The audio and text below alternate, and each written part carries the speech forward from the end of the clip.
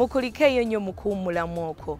Amafuta gankizo nnyo eri ebyenfuna by'eggwanga. Ggwe Omunnayuganda weetaaga okumanya gagenda kugasa ki eri ggwe omuntu atulaba essaawa zino mu by'obusuubuzi, mu byenfuna wamu n'embalirira y'eggwanga egenda okusomebwa omwezi guno ogujja. Twegattiddwako Omukugu mu kanyomero kaffe katulabe ebifaayo.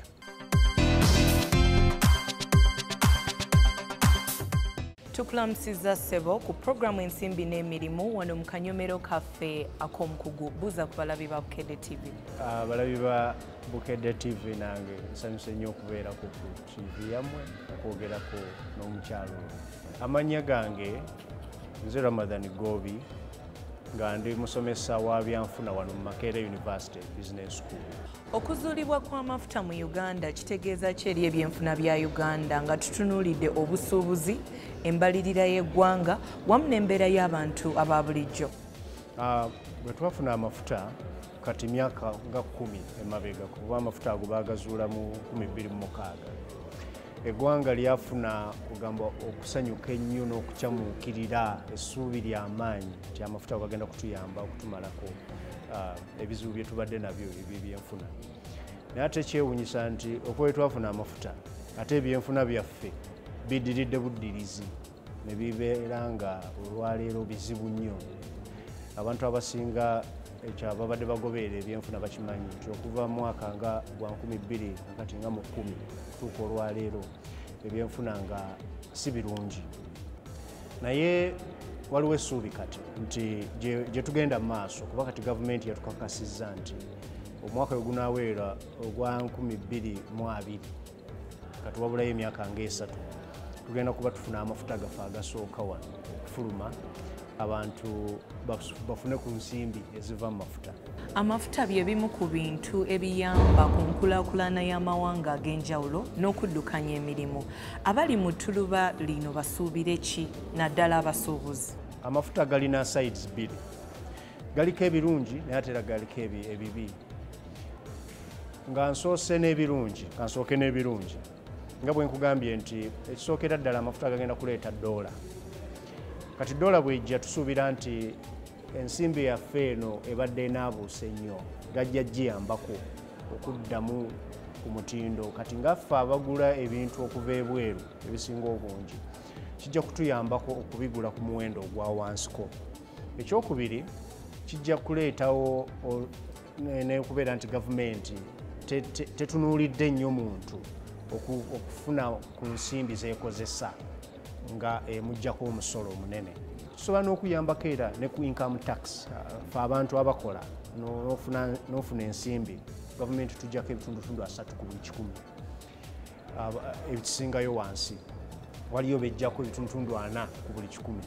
Singa ssente z'amafuta ziba nga zizze kijja kuba nga kireeta okukendeezaako okugamba ku musolo ogwo olabe nti singa batujjako ebitundutundu nga 2 ku buli 100 obeera naawe olina kw'osigazaawo.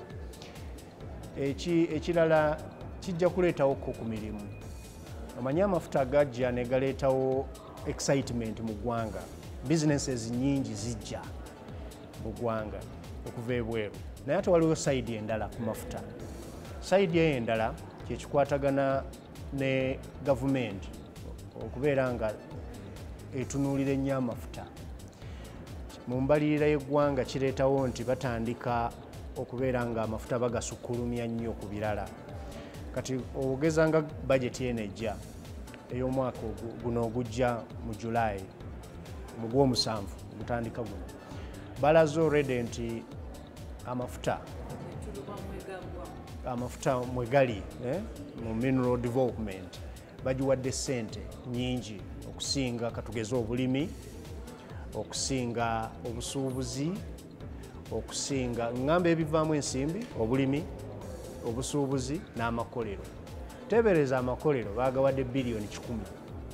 Kwe kuli amakolero, kwe kuli trade ebyobusuubuzi, kwe kuli ne tourism no ebyobulambuzi n'obiwa billion 10.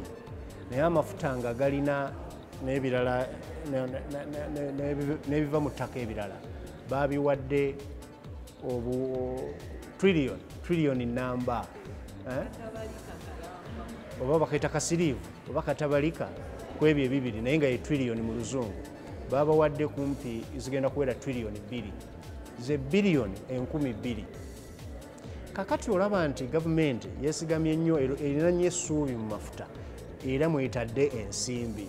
Nga tweteekerateekera embalirira y'eggwanga omwezi ogujja, abantu basuubire ki ku bintu ebikwatagana n'amafuta n'embalirira y'eggwanga mu kukendeeza omusolo eri bannayuganda? Bwe liba nga essuubi liriwo nti amafuta gagenda tugwanyulwa, abantu bakyalinayo emyaka nga 5-6 okulindako ensimbi ezo zimale okujja, naye ate n'ensimbi ezinasooka mu mafuta tezigenda kuganyulwa nnyo bannayuganda, zigenda kudda mu abo abatadde ensimbi zaabwe mu mafuta ng'ate bagwira, kubanga okujja amafuta mu ttaka si muzannyo. Ensimbi mpitirivu nnyo amakampuni ago gezitaddemu, ate nga bw'ogenda n'otunuulira contracts ze twakola nabo, agreements, olaba nti twakkiriziganya nabo nti emyaka egisooka amafuta aganaavaamu ensimbi ezisinga obungi muzitwale muzeewo ezo ze mubadde mutaddemu. kakati abantu abajja okuganyulwamu beebo abajja okubaawo mu myaka nga 10 amafuta gatandise.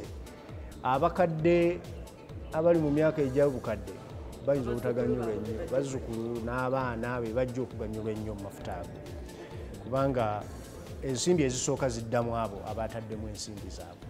Kusomoozebwa ki abantu kwe balina okwetegekera mu mbeera eno ey'okuzuula amafuta? Ekisookera ddala ensi bw'efuna amafuta, bannabyabufuzi batera nnyo obutaddamu kulowooza nti abantu ba mugaso nnyo, okuggyako abatono mu nsi entono ezo. Kati bw'otunulira ensi nga Emirates, olw'okubanga amafuta ago ga nsikirano, bo obyobufuzi bye bya nsikirano n'amafuta gaabwe, so bo bafaayo nnyo ku bantu kubanga bamanyi balinga bulaba kabaka. Singa amafuta ago gaali ga kabaka wandibadde ng'olina essuubi nti tumanyi kabaka abeerawo asanyusa abantu, such that n'omwana we anajja abantu bamulabirira bulungi, obwakabaka bugende mu maaso. Naye bannabyabufuzi bano abaffe abatabeera bansikirano bwe bafuna amafuta bakiraba nti tebeetaaga nnyo bantu, kuba olwaleero beetaaga abantu babawa omusolo, abantu babazze mu pawa, ebintu ebyo. Naye ensi bwe zifuna amafuta tubirabyeko nnyo mu nsi nnyingi. Ekyokubiri, amafuta gakyusa focus y'eggwanga. Kyekiri abazungu kye bayita Dutch disease, nti batandika okuleeta dollars nnyingi mu ggwanga ne zikola ensimbi zaffe ne zifuna omulamwa, kati ne basuubira nti tetwetaaga nnyo okutunuulira exports ndala. Kati emmwanyi, ebintu ng'emmwanyi, ng'ebyobulambuzi, nga pamba, nga taaba, ebyo ebintu bye tubadde tutwala ebweru ne tufunamu ku ssente, batandika okutabitunuulira nti bikulu, omulamwa ne baguteeka ku mafuta. Kaakati n'osanga nti import sector, ebyokuleeta mu ggwanga, bye tujja ebweru ne tuleeta mu ggwanga, bye bifunamu nti olw'okuba ensimbi ebeera nga efunyeemu ku maanyi eya shilingi, abantu balyangwirwa okugula ebintu ebiva ebweru ne balekeraawo okutunuulira okubikolera wano. Kati eyo nayo nsonga nkulu nnyo. Biki ebisaanidde okukolebwa okwetangira okusomoozebwa okunaava mu mbeera ey'okuzuula amafuta? Ekirungi nti mu ggwanga abantu abasinga ababaddemu abakola ku bintu bino batulaze naddala mu biwandiiko, si mu bikolwa naye mu biwandiiko batulaze nti beetegekedde bulungi amafuta.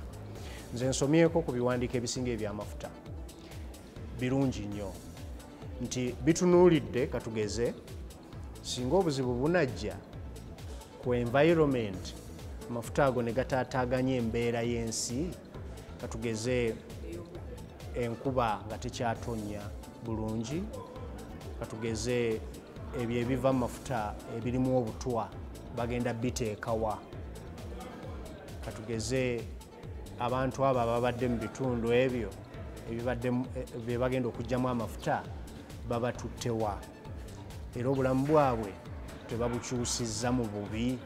Ebintu ebyo byonna mwebiri mu mpapula, bintu birungi nnyo. Akati nandisuubidde nti bave okubiteeka mu mpapula balage nti babiri mu kubikolako. Akalowoozo k'ebyenfuna eri abalabi ba Bukedde TV.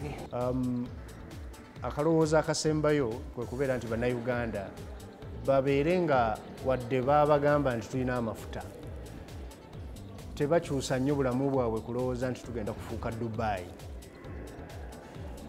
Eno Uganda egenda kusigala nga bweri. Amafuta gano ge mulaba ekisookera ddala amafuta tulina matono nnyo, babalimba nti no tulina mangi. Tulina matono, mugenda kuvaamu ssente entono.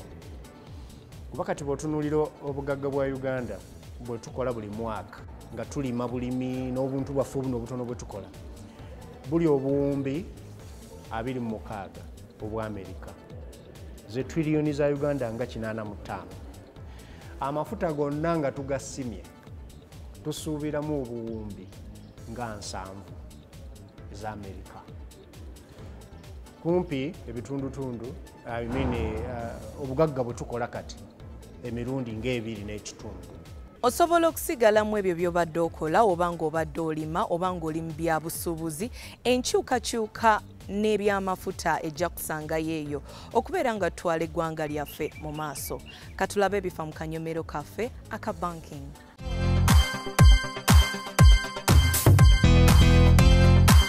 Bannayuganda bannaffe abalina bank account mu banka ez'ebyobusuubuzi beebuuza nti bannange nterise ssente zange okumala emyaka egiwerako kakati njagala okwewola. Bw'oba oyagala okwewola nga munnayuganda waliwo ekintu ekikulu ddala ky'olina okubeera nakyo. Ekintu ekyo bakiyita financial card. Financial card eno ebeerako amabanja gonna ge wali otutte n'ebikwogerako ggwe nga munnayuganda ti ono munnayuganda yakewola mu banka bwe ziti era ensasula ye bambi ya mulembe nnyo. So financial card eno ekuyambako neyamba ku banka ez'ebyobusuubuzi okusobola okumanya biki ebikwatako. Wetwogerera dola yalinnyemukko katini okugeraageranya n'omuwendo gw'ensimbi enkulu eza Uganda eza shillings. Katulabe ebifaayo mu kanyomero kaffe akakatale k'ensimbi.